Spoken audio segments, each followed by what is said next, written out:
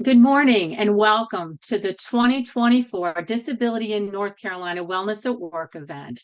I want to thank you for joining us, and thanks to Novant Health and MetLife for sponsoring today's event. My name is Beth Butler-Fatal, Executive Director of Disability in North Carolina. Our focus for today's program is the importance of self-care and caregiver wellness. I want to remind you that there are features available to you today through the Zoom platform, specifically those that need captioning.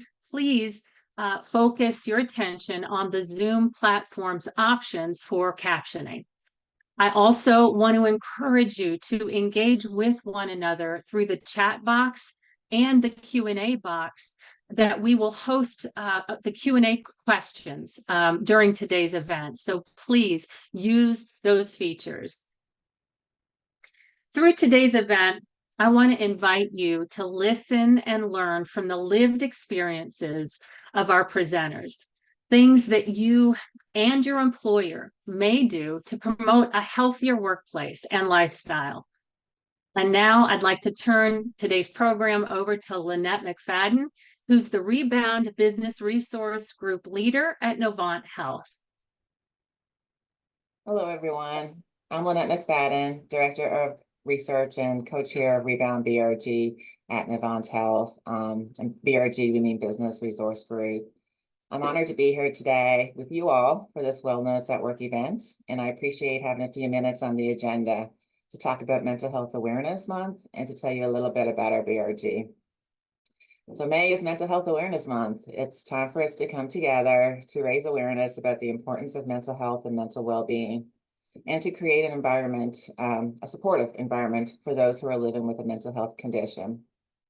1 in 5 adults experience mental illness each year, yet in the workplace, mental health stigma remains a major challenge.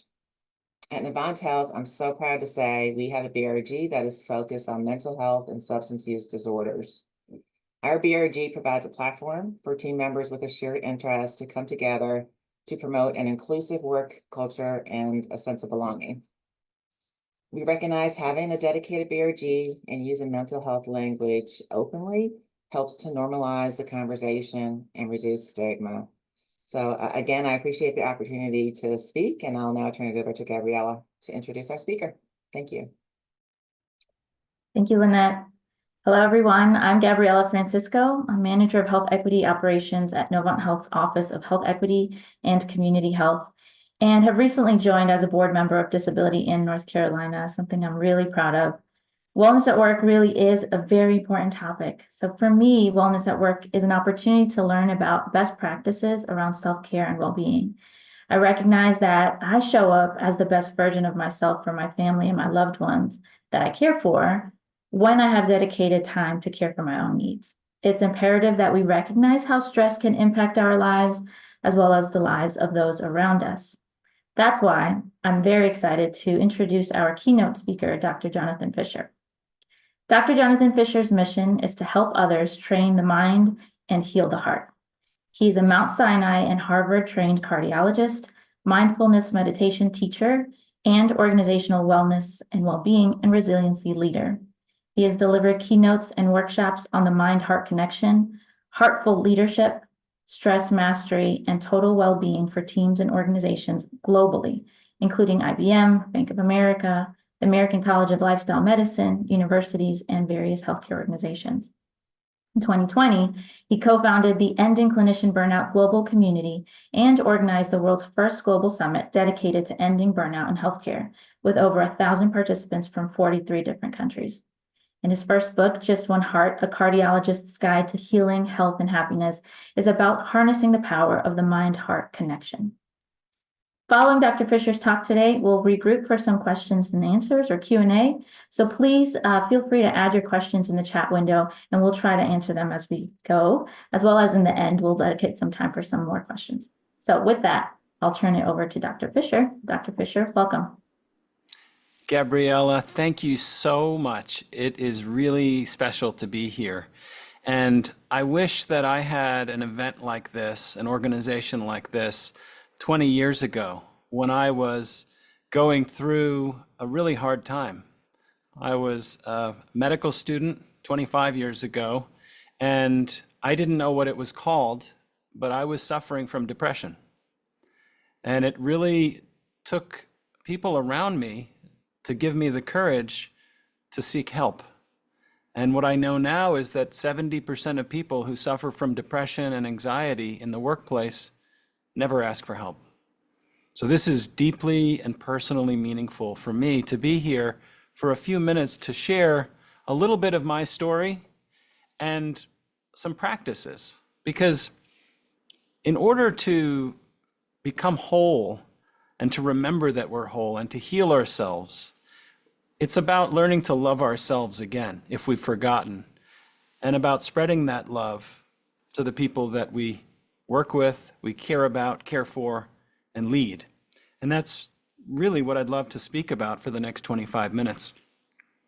I grew up in a house with a lot of doctors. My mom was a physicist and my dad was a physician, and that was his doctor's bag back there, the old leather doctor's bag that he would drive around town and visit people's houses. And one after another, my 6 brothers and sisters followed in my dad's footsteps and became doctors. So I had a choice, but there were times when I wondered if I really did.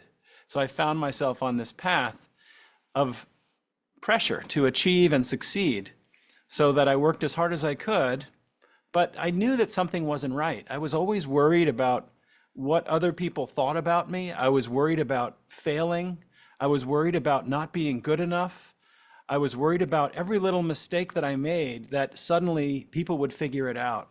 They would discover that I was hiding something. And so I lived for about 20 years really hiding myself from other people because I didn't want them to know the pain that I was feeling. Until eventually it was my sister, Andrea, who was my best friend. And she could see that I was suffering, that I wasn't caring for myself. And she knew that even though I was a doctor and essentially trying to care for others, something was missing. And Andrea said something to me then that I carry with me in my heart every day. And she said, "Johnny, can you just be kind to yourself?" And I had no idea what she meant. It was a really weird kind of a thing. Well, what do you mean? I can be kind to my puppies. I can be maybe kind to my kids on a good day, kind to my wife, but kind to myself? That's kind of a wimpy thing to do. It sounded very weird, actually. And what I didn't realize then, 25 years ago, was that advice would be the one piece of advice that would allow me not only to seek help for my anxiety, depression, and what eventually became full-blown burnout, where I was miserable every day I walked into my office. It was that advice that I carry with me today. And if you take away one message from the practices that we're going to be doing together, it's the message of, can we just all be a little kinder and more gentle to ourselves? The world is hard enough. And notice what happens when we offer ourselves that kind of kindness, generosity, love, and even compassion. What happens to our ability to care for others? I want to begin by a question, and I'd like anyone who has a chat box and a chat function to answer very simply, what is care? And everyone, I want to see what your thoughts are. There's no wrong answer. There's no right answer. What does it mean to care for other people? What does it mean to care for yourself? I'm curious what you all think. Take 1 minute and type your answers in the chat box. What does it mean to care? And you could do more than one answer. So take another 30 seconds and just type in a few words about when someone says to you, do you care? Are you caring? What does it really mean? Excellent, excellent. I'm seeing some really thoughtful answers here, and I'm going to share a couple of them in just a moment. I want to give you a little more time. This is really good, because when we want to be better at something, it helps to ask ourselves, well, what does it even mean to do that thing? Here's what I'm seeing in the chat box. To care means to listen deeply, to consider the impact of your actions, to pay attention to others or yourself.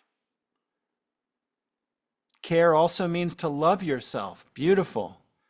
To be mindful of your interactions with yourself and others. Someone else says showing love, nurturing, helping others to meet their needs, offering a listening ear, giving my time and attention to others and myself. Time and attention is at the root of care. Here's one that's excellent. I want to notice the words that are used here. Care means to feel concern, to feel concern. Someone else says care is to treat yourself like a friend would treat you. And then, while we've heard the focus on feeling, here's one that's really powerful. Someone says, actions speak 1,000 words. Actions speak 1,000 words. So I want to now summarize what I'm seeing in the chat box and ask you another question. Does caring involve a feeling or an action? Does caring involve a feeling or an action? Okay, this crowd is too clever. I can't pull that one over. Okay, we're getting a little bit of diversity. This is interesting. So I'm getting a lot of both, and I'm getting some people who feel like it's really more of a feeling. And others, in this very same conversation, believe that caring is more of an action, and that the action then provokes a feeling. Now, I'm a Libra, which I learned means that I like to balance things out. And so I'm going to go with it's a little bit of each of these. And that's been my own experience as a heart doctor now for 25 years, and I've cared for close to 30,000 patients. But I'll be fully honest, the first few years, I wasn't really caring. And I'm not proud to say that. A lot of the time I was going through the motions. I was putting on the presence of somebody who was caring. I would lean in, but my mind was often elsewhere. I was so stressed out and really unhappy in my life that the feeling wasn't there. So the action may have been there at times, but at others, the feeling wasn't there. And then at other times, the feeling was there, but I was so exhausted that I couldn't go through the motions. So I'm going to suggest, as we move forward, that if we want to care for others, we must first care for ourselves.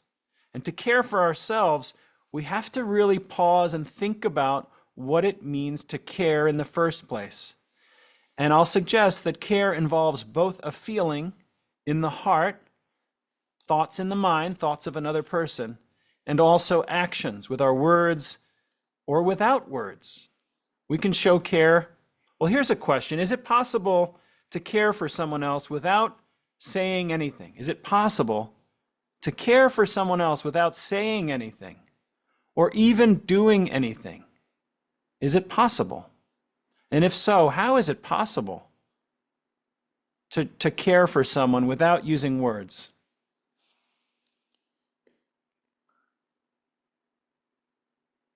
Right away, there we go. Caring can simply be being present for someone else with all the distractions that we face. And I know if anybody has had one of these go off in the last 5 minutes, you know what I'm talking about. We're living in an attention deficit society right now. And we're so distracted that we often forget to care for ourselves and care for others. So the essence of care is being fully present. And it's really hard. That leads me to another question. And I'm going to ask you a question here. And this isn't an easy one where you're going to come up with an answer right away. If care involves both a feeling in our hearts of empathy and concern and compassion, and also actions with our presence, our words, and our deeds, What gets in the way of care? What gets in the way of caring well for others and for ourselves? There's no right or wrong answer here. Just type in the chat box a word or a few words. What's gotten in the way for you? What have you witnessed getting in the way for other people? Beautiful. Wow, there's such a great diversity of answers here. Time constraints, the pace of modern life, depression, pride,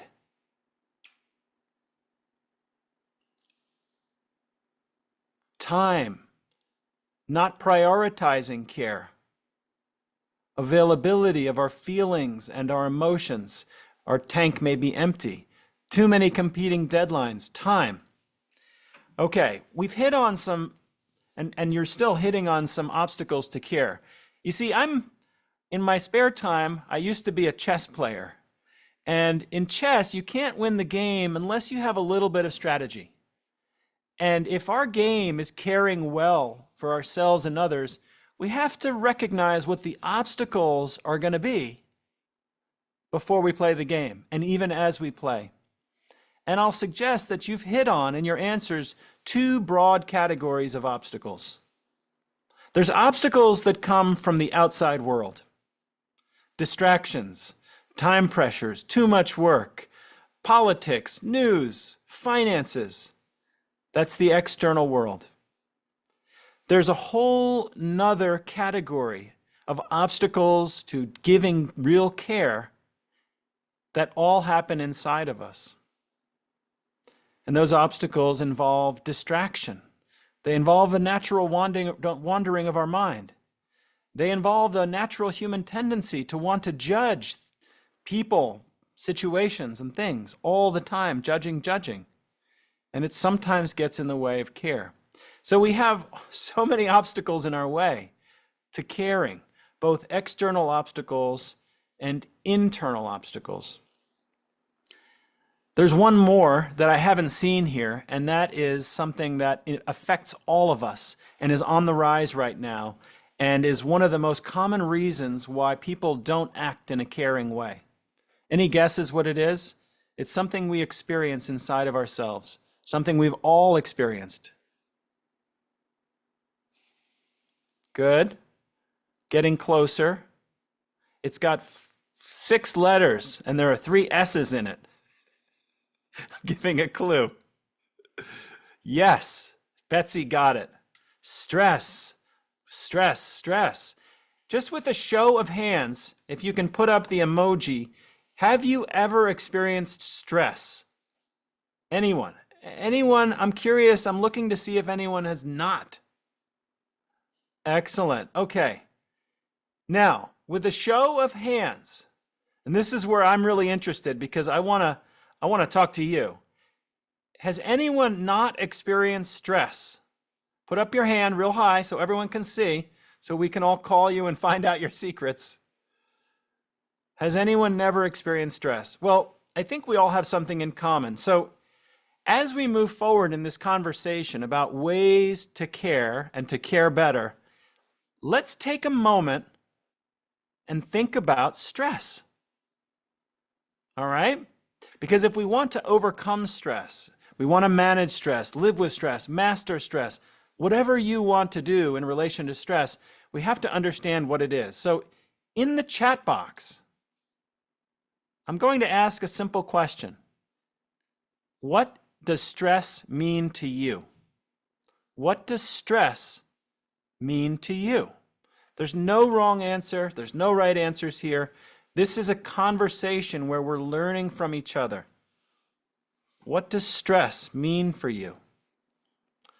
What causes stress? Where does stress come from? Wonderful answers. Wonderful answers. I'm seeing a lot of common answers here. Feeling overwhelmed, taking on too much, being paralyzed by fear, having a hard time, medical problems, having too much to do, overwhelmed by life's challenges, feeling like I have more things to do than time to do it, chronic pain, headaches, existential worries about our world, work. Wow. Okay, I'm going to have to cut off this conversation because this could go on all day. It seems to me like there is literally no end to the stresses that we all experience that get in the way of our ability to care well. So I have another question to help us narrow the conversation. In the broadest sense, where does stress exist? The experience of stress, the feeling of stress, does it exist out there or does it exist in here?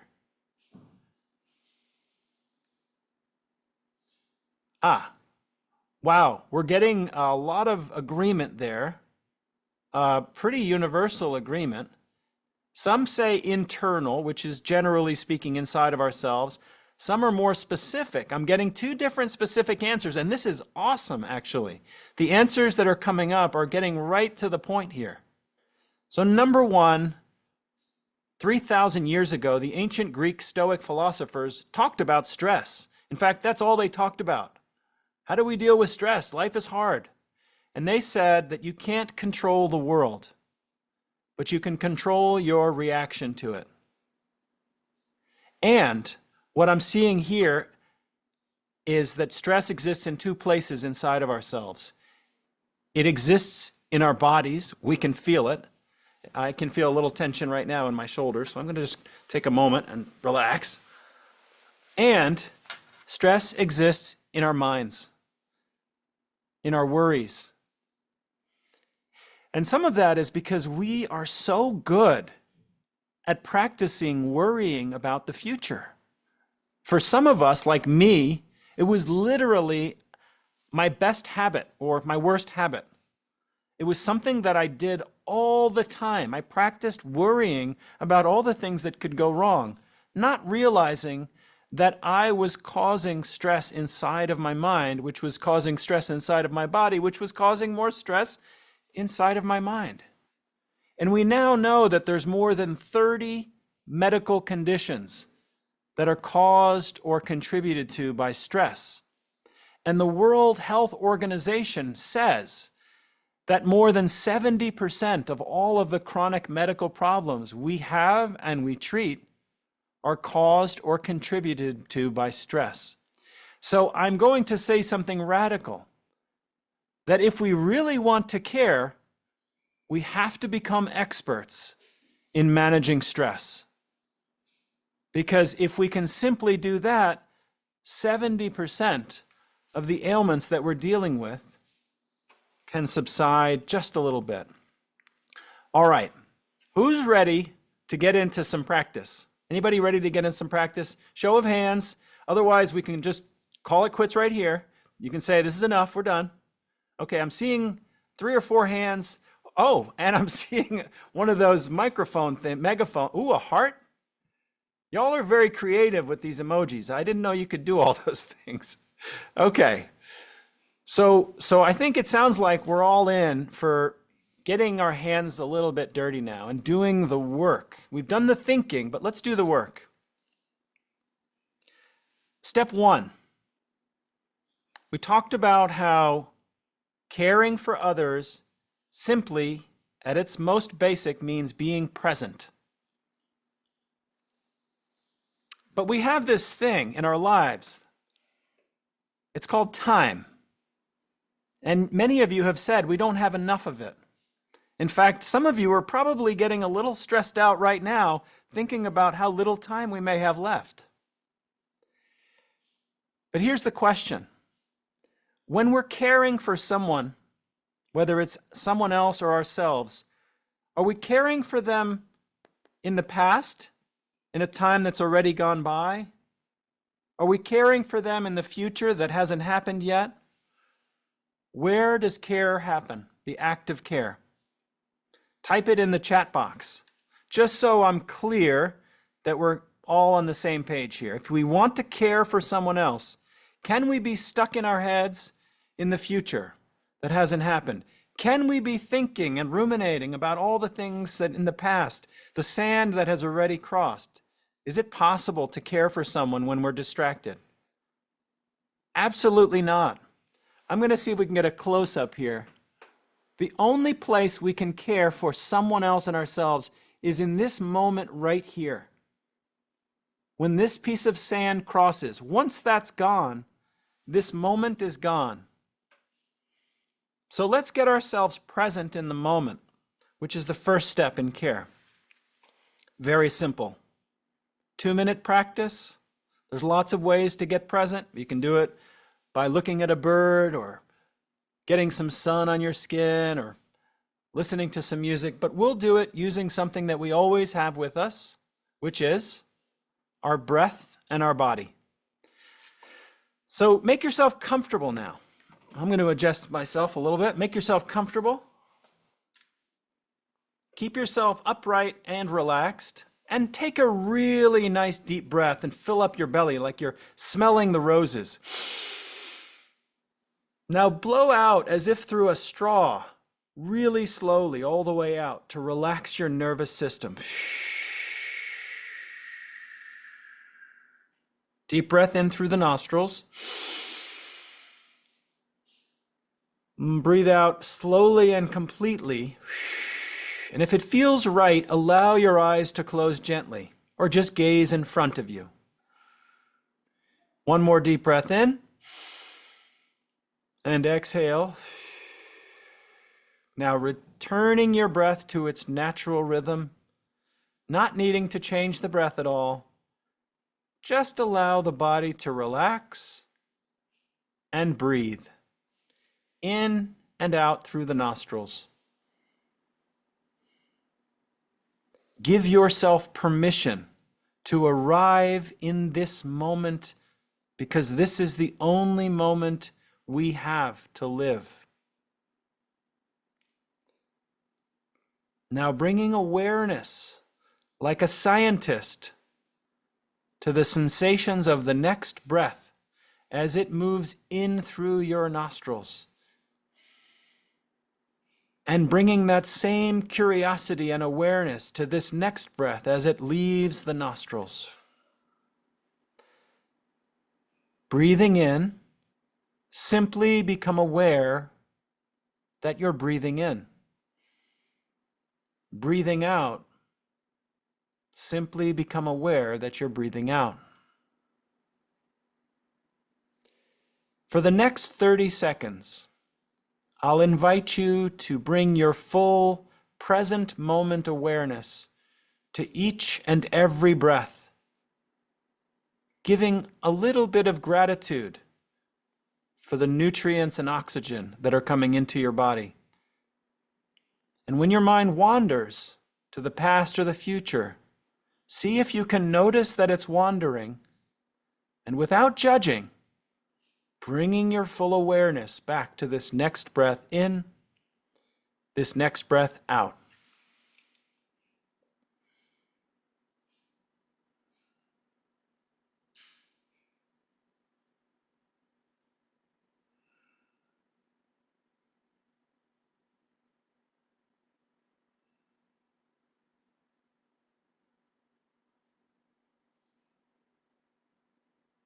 When the mind wanders, whether it's to a sensation in the body or a thought about the future or the past, gently but firmly bring your attention back to this next breath in and this next breath out.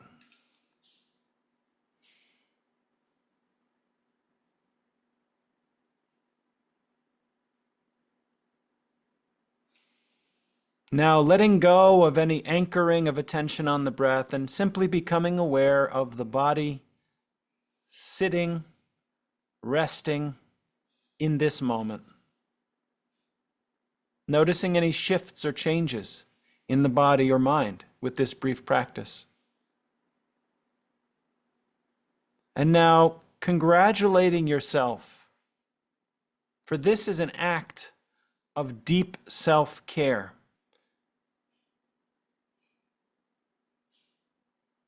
And perhaps dedicating this practice to someone you care about. And when you're ready, allowing your eyes to open in their own time and bringing some movement to the fingers and toes. Taking any intuitive movements or stretches that feel right for your body.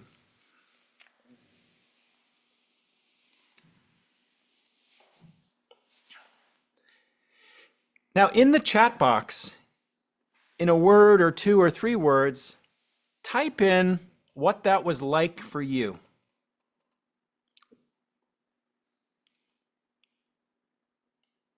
And if you'd like, type in something you noticed. Something that was surprising or interesting or challenging or unusual or new or fresh.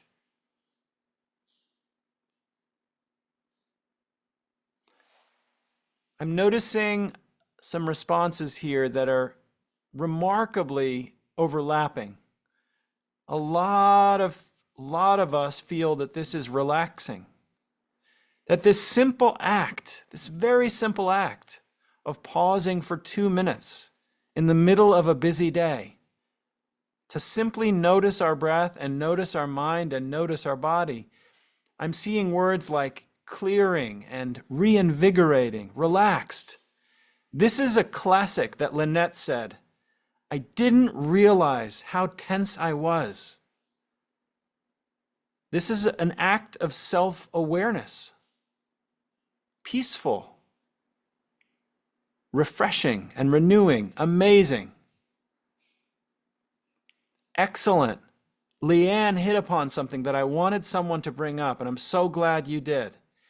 Peaceful, but also difficult to focus on the breathing. Simply noticing that it can be difficult, that's a win. That's success.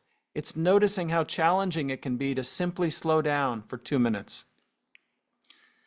And also, someone noticed that toward the end of that 2 minutes, they wanted to jump on their phone and order groceries. I need some hummus, by the way, so if you can put that in your order, that would be awesome.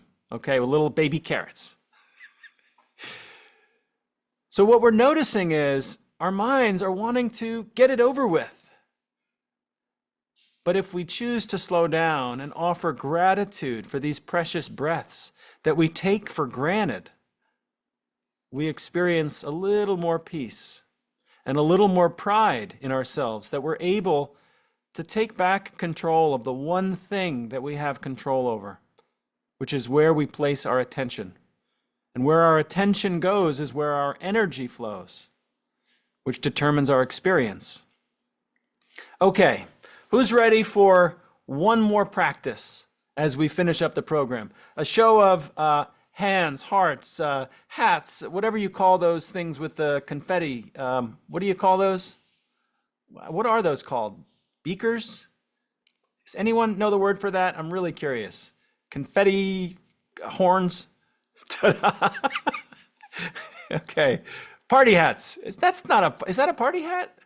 Sort of upside down. Okay, party hats it is. Confetti ice cream cone. I just call it celebrate. Party poppers. Thank you. Awesome. I love the connection that we were having here. This feels really nourishing. This is care also. Care is not about being by ourselves, though we certainly can practice by ourselves. Care is sharing with lightness in what can really be challenging times. Okay. I have a question for you. Who knows what this is? You can go ahead and type it in the chat box if you recognize what this is. Oh, you got it. Okay. Now, I'm someone who likes to think in metaphors. Okay, that's a hint. What is this supposed to represent now? This snow globe, which is all mixed up and all these things going inside. Yes, yes, yes, exactly. I'm seeing it there. This is what it's like in Nicole said it, my brain.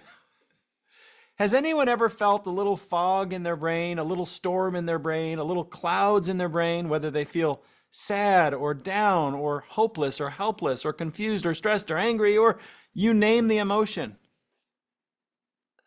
Yes, show of hands if you felt that in the last week, this cloudiness. Now here's my real question. If our mind is like this, and we have this fog in our mind, how well can we see another person?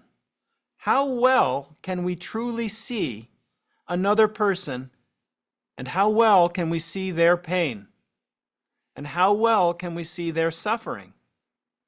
And how well can we hear their story if this is what's happening inside of us?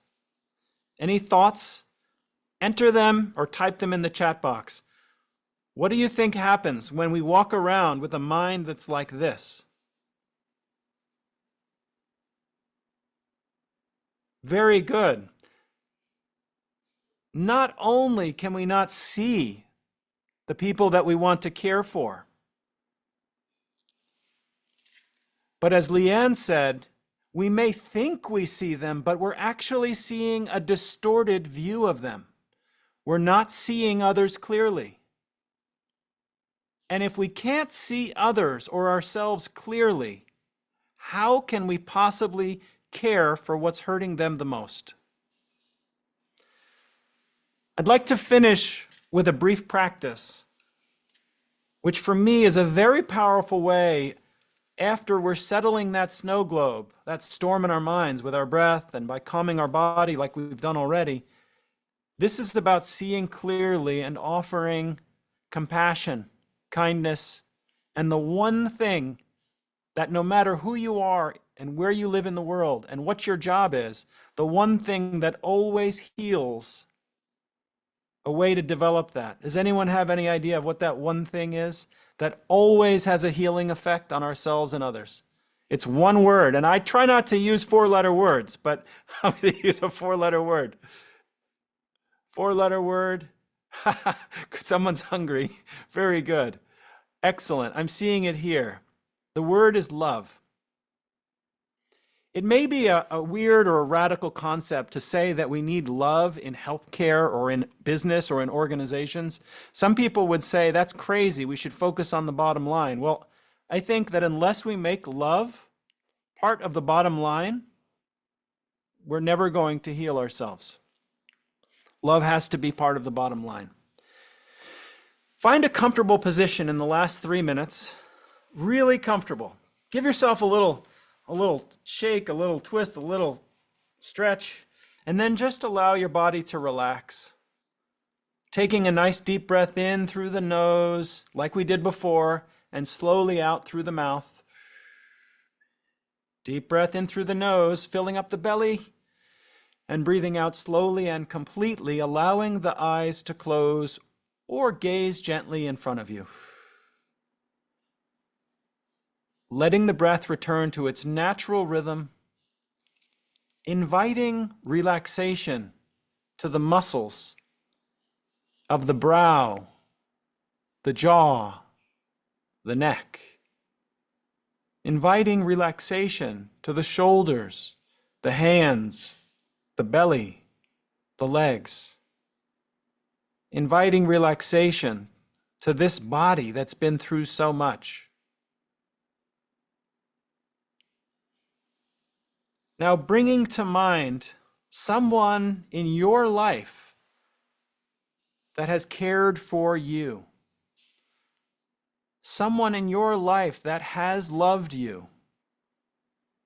And this could be a family member, a parent, a sibling, a child, a pet.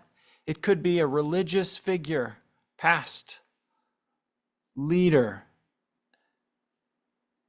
Bring to mind a kind, compassionate, loving, caring being that has helped you in some way, and see them now in your mind's eye as if they're here in front of you. See their eyes and the color of their eyes. See the look on their face as their body is filled with love for you. And now, as an act of gratitude, sending them silent wishes for well-being, repeating in your mind the following 4 phrases, or adjusting the phrases. May you feel safe and protected. May you feel loved and connected. May you feel healthy and whole. May you feel calm and joyful. Once again now, seeing the look on their face, seeing the glow, seeing a gentle smile, seeing the twinkle in their eyes, this being who has loved you, now sending love to them once more with these phrases, repeating them in your mind. May you feel safe and protected. May you feel loved and connected. May you feel healthy and whole. May you feel calm and joyful.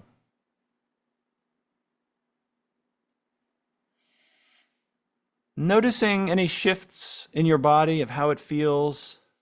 And for this last moment, I'll invite you to place one hand over your own heart, sending warmth to your heart and feeling warmth from your heart. And maybe, if it feels right, placing the second hand over the first in an act of love. This same love that you've felt from this other person, the same love that you are sending to this other person, taking just a moment to share this energy and these wishes with the one person who deserves love as much as anyone else in the world. That's you. Repeating silently to yourself the following phrases, or adapting them. May I feel safe and protected. May I feel loved and connected. May I feel healthy and whole. May I feel calm and joyful.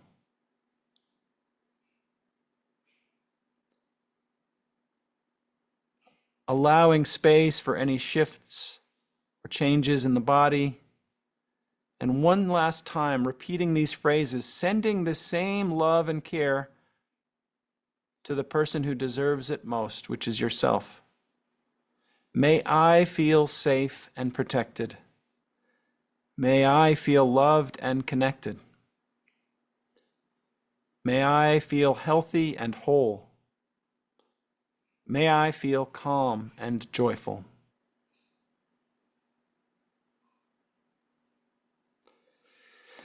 Noticing how it feels in the body now and in the mind, if anything's changed or shifted. When you're ready, you can relax your hands in your lap, congratulating yourself for this act not only of self-care, but of self-compassion and self-love. And imagine your life and your world if you brought more of this into your life each day, and the experience that others might have, the benefits that they might enjoy. Allowing your eyes to open when it feels right in your own time. And one last time in the chat box, typing in what that was like for you.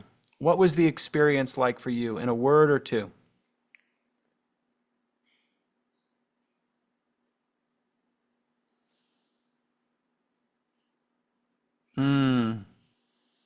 Beautiful. Heartwarming, tearful, fresh air, peaceful, needed, brought tears, beautiful, beautiful, much needed, calming, soft, comforting, peaceful.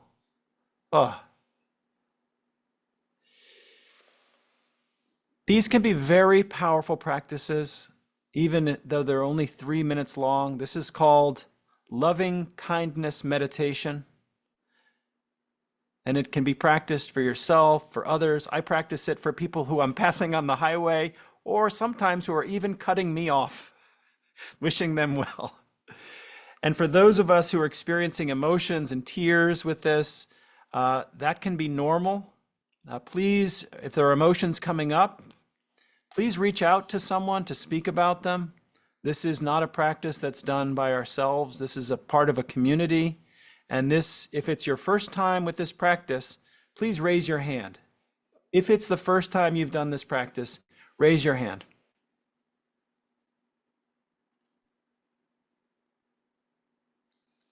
Excellent. If this is a useful practice, if it was helpful, and all of these practices, there are many resources available where you can learn more and make them a part of your daily life. I want to thank you from the bottom of my heart for your kindness, for your presence, for your attention, and for the choice that you made today to show up, and for the dedication you have to caring for others. Thank you.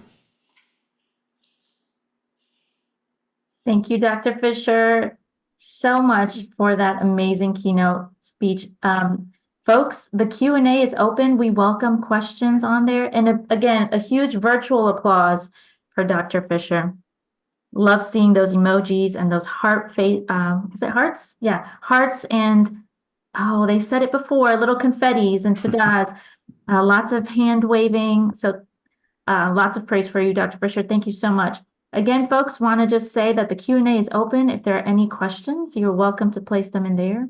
We're going to spend the next couple of minutes just going through some questions and picking Dr. Fisher's brain around stress and how to manage it for ourselves, how to continue these practices. So I do have a question here for you, Dr. Fisher. Especially you mentioned in your presentation how you overcame some of your own stress in your life. The question here is, I live under constant stress. How can I recognize when I'm burnt out versus my normal high stress life? Well, first, I want to say that you're in the right place with the right people. In planning for this program, I have experienced so much dedication and care from this organization that I know that this is not the end of the conversation for you and that there are people who are here to support you. The second thing that I'll say is it's a really important distinction, really important to know the difference between feeling stressed, which I didn't define it for you, but I like the definition of stress, of the feeling that we don't have adequate resources to meet the challenges that we face. Feeling or belief that we don't have adequate resources, as opposed to burnout. Burnout has 3 very clear criteria. Number 1, we're exhausted a lot of the time, physically or emotionally.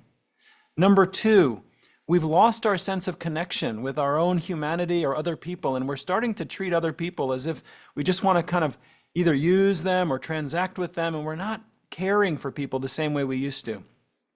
And the third is the feeling that we're not living into our full potential.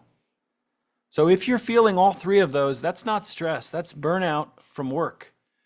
And if that's the case, there are a number of steps that it's important to take. The first is to let someone know in your organization.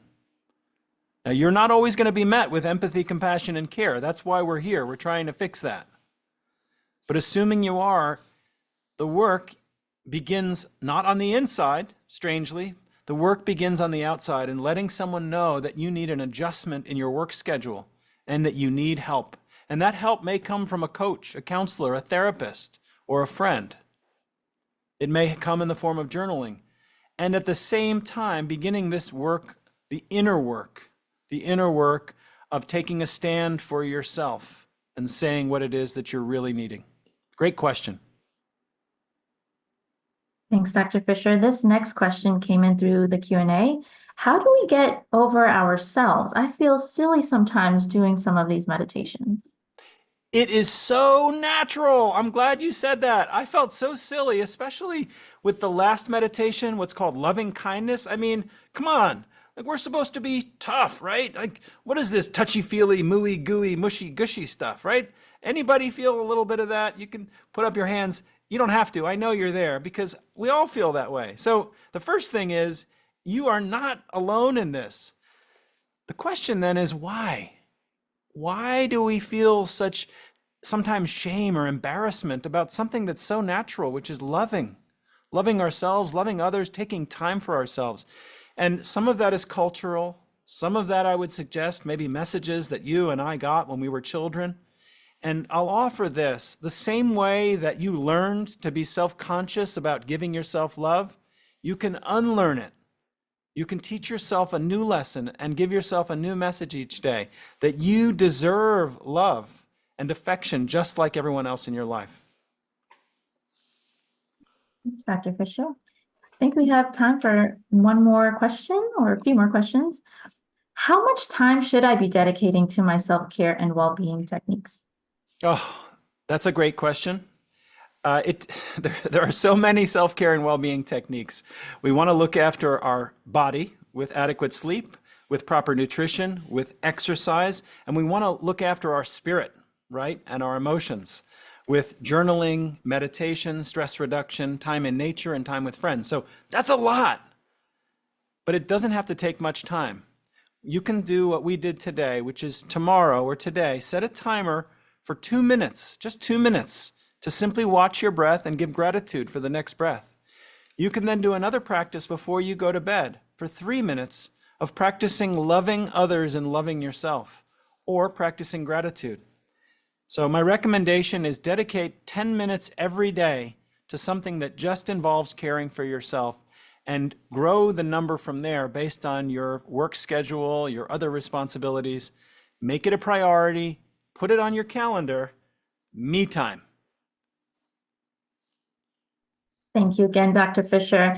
Another round of virtual applause to you. We're going to now start transitioning to the next portion of our agenda, but want to thank you again for the presentation and also for the skills that we all get to take away today. So thank you. Thank you, Now I'm handing it Gabriella. over to Tevin Price with the Persons with Disabilities BRG. Thanks, Gabby. Thanks. Hello, folks. And thank you again, Dr. Fisher. Definitely you deserve all the party poppers that you got during that presentation. Well, folks, I am one of the co-chairs here for the Persons with Disabilities BRG at Novant Health. One of the biggest things that I think is a gift that the BRGs give us an opportunity to do is show up for one another.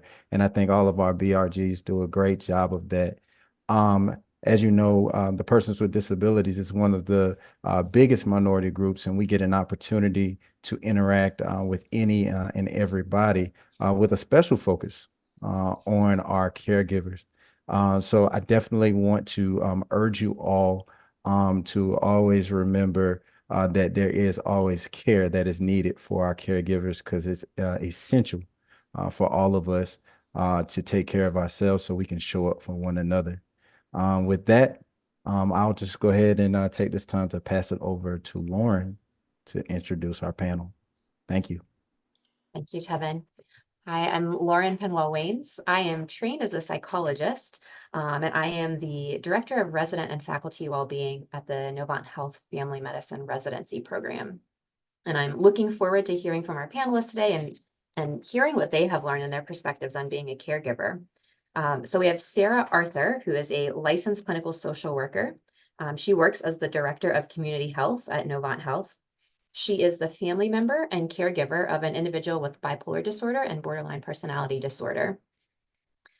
Deborah Pickens was raised by parents who were blind. Her father was deafblind, and she has an adult son with deafblindness. And prior to her recent retirement, Deborah served as the North Carolina Deafblind Project co-director. And we also have Sima Cardwell, who is the Supplier Diversity Specialist at SAS Institute in Cary. She serves on the Disability In Board. And Sima is the caregiver for her mother, who has Alzheimer's. Well, thank you all for making time to join us today. Sarah, I'd like to start with you, since we're talking about workplace well-being, and thinking about, working in a caregiving role, and also as a caregiver in a helping profession. How have you created boundaries when working as a caregiver in a helping profession? Thank you, Lauren. I think for me, I was a previous therapist, and this was really important to help to avoid potential countertransference with people that I might be working with in therapy.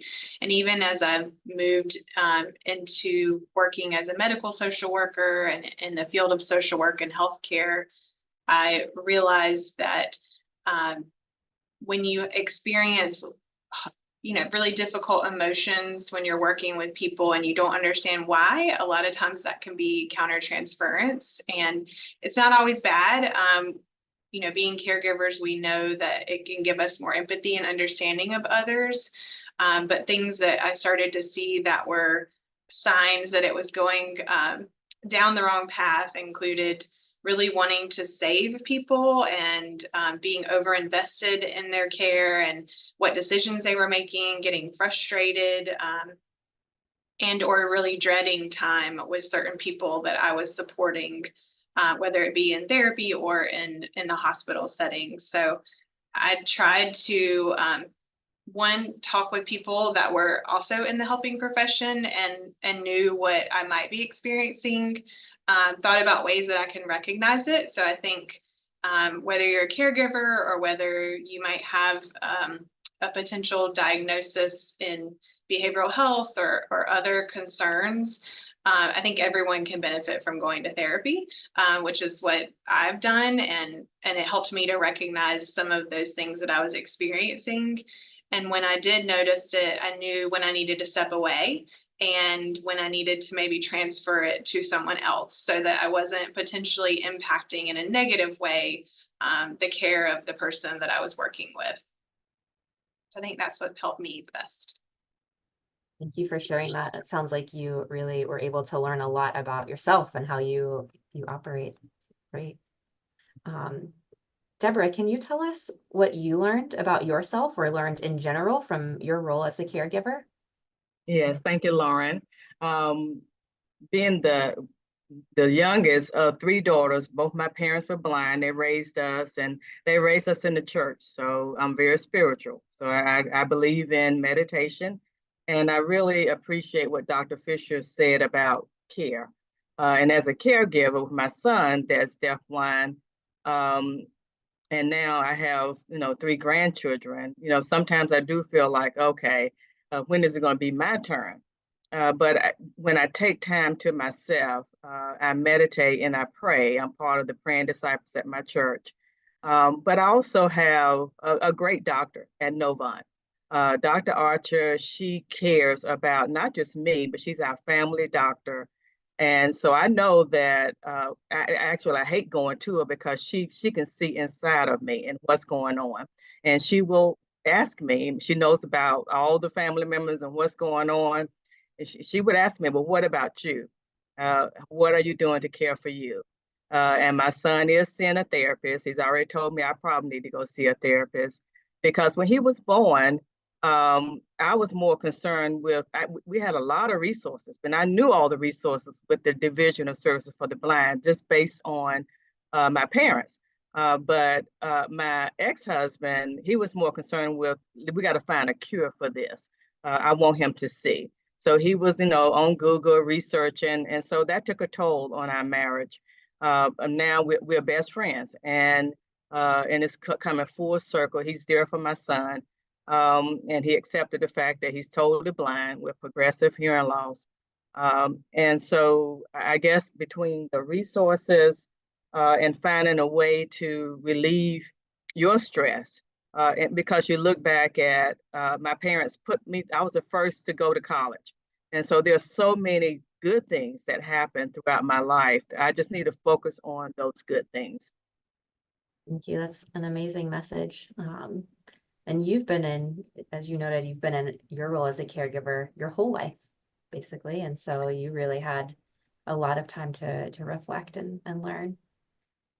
Yeah, and I mean, and I give it to Dr. Archer because she knows me well enough, like Elmo, and she will say, "Are you okay?" And I'll say, "I'm fine, I'm fine. I mean, I'm okay." She said, "Well, now I'm gonna see you giving me blood work today, so I'm gonna see if you're okay." And I said, okay, I had one glass of wine, and she was like, "Yeah." And I know that she's going to see it in my blood work. And I also know that doctors, when you say one, they're going to multiply by that number by 3. And so, but I mean, I'm so honest with her, and that healthcare is so important to have somebody to really care about you as a person and a caregiver. Yeah, it's a great message to make sure you're getting your own health care, particularly if you're, having to take your loved one to doctor's appointments. Make sure you're scheduling them for yourself as well. Mm-hmm. Sima, what advice would you give someone who is new to a caregiver role? I would definitely say educate yourself about their condition and, what care they need. And then respect their independence, because it can be challenging, but you want them to feel independence and that the person feels that they can care for themselves as much as they can, and utilize the resources that are available through, everything that's available out there through technology or your employer, because, we all work for great companies that have great resources available to us. So whether it's through our work life groups or therapy available to us, anything like that you can take advantage of, use those, your ERVs, anything available to you. We have great support systems, use those. Seek support, definitely seek support through your family, resources, ask for help, definitely ask for help. Because a lot of times you feel like you can do it all, but you can't. So definitely ask for help, and from family, friends, professional services, join support groups for advice from anyone and everyone. Stay organized, definitely organized for your appointments, for yourself, for your care, the person you're giving care to. We have a calendar. We organize everything, all the appointments, medications, everything like that. And take care of yourself, definitely, because you're giving care constantly. So we have my mom at home, so I'm always on. So it's a 24/7 job, but we're grateful that we have been able to keep my mom at home, and but utilize tips like meditation. So I use the Insight Timer is a great app, because you can set a 1 minute, meditation, and a 2 minute meditation, 3 minutes. So take time for yourself, take a walk, do something like that, but definitely find resources available for you and things that work for you. And those would be definitely things I would say, because it can be very stressful. Yeah, thank you. There's a lot of great wisdom in there. And what I'm hearing, I think kind of pulling from each of you, what I'm hearing is having some people, right? So a therapist, a doctor, other people to help support you in your role. And I should have mentioned, if our Q&A is still open, so if others have questions they would like to type in there for our panelists to answer, we certainly welcome those. I wonder if each of our panelists could weigh in on, if you had, you shared so much wisdom already, but if you had like what is your best tip for caring for yourself, or for trying to find some amount of balance at some point between caregiving and work and self-care? What are your best tips for self-care as a caregiver? I like to take trips. I try to get away with my friends.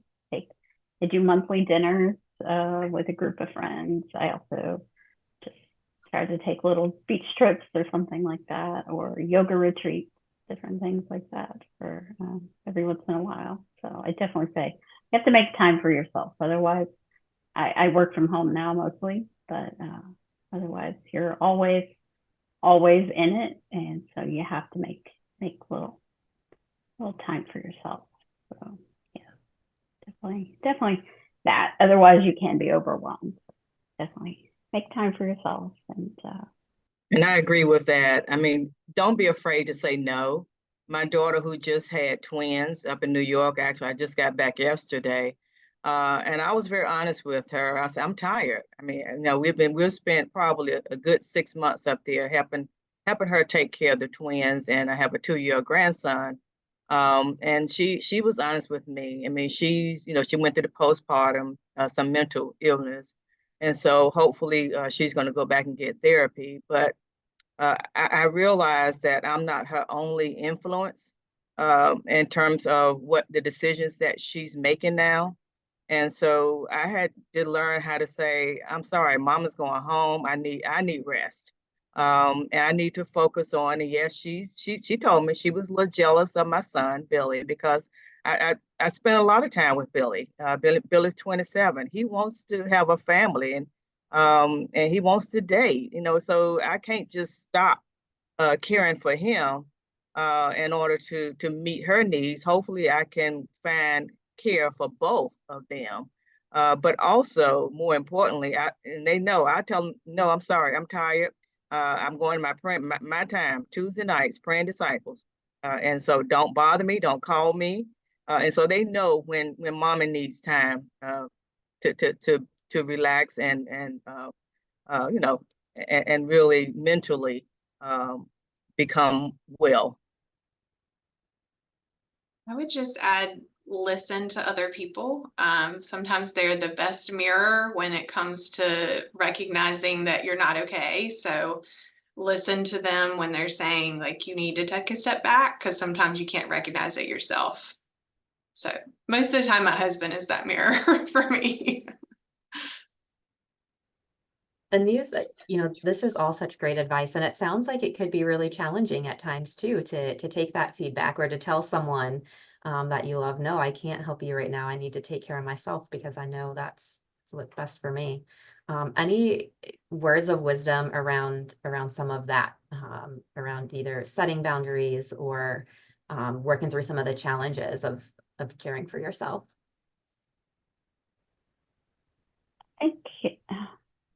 Well, luckily for me, I have siblings, so we all take responsibility.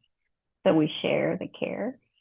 But yeah, it is hard because you want to give your loved one the best care, but it is very hard to say I need time for myself, right? So that can be challenging because sometimes, usually it is one person that's doing the most or a lot of it. So yes, it is. And the biggest challenge for me has been trying to find the right caregiver for my son, because I mean, and they're not paid anything. So I mean, he's had a lot of caregivers, but they need that check. They don't get any benefits, and so they come and go in his life. And so right now we're looking at family members to help me care for him. So just make sure you know the resources that are out there, because they are. You just gotta do some research, make some telephone calls. I had care for my son from the time he was born. He was in daycare at 6 weeks, and I had somebody coming to the home, going to the daycare. So just make sure that you know the resources that are out there, and that you're not alone. Great. So that sounds again like having that backup is really important and being able to navigate some of those barriers to taking care of yourself.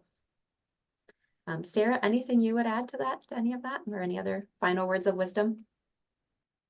Yeah, I think for me, working in a helping profession where I'm embedded in the work every day with people that are also experiencing a mental health diagnosis, just knowing what spaces are not right for me, and stepping out of them. So I knew that being a therapist was not the right role for me, and I needed to move into something else. And now I get to develop programs to support underserved populations, which is a step back from doing that direct one-on-one work with people that was sometimes really impacting my mental health.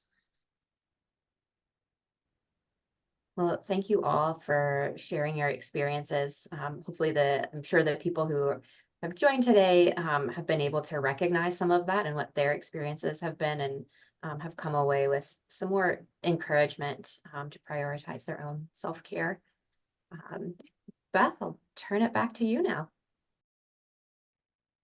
Thank you so much, Lauren. I appreciate it.